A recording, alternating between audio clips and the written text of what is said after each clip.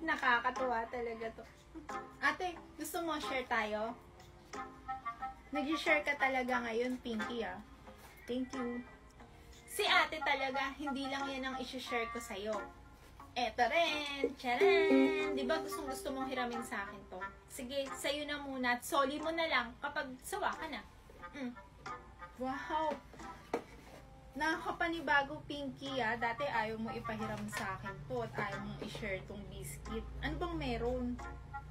Paano, ate? Ang saya-saya namang gamitin itong Lit Match app. Talagang nakaka-good vibes. Lalo na ngayon, bawal lumabas ng bahay. Hindi ako naboboring kasi marami akong nakikilalang friends. At sa mga naghahanap ng mga jojowain dyan, ang dami kayang dito.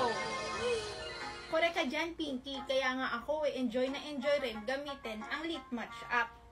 Download na rin kayo, ha?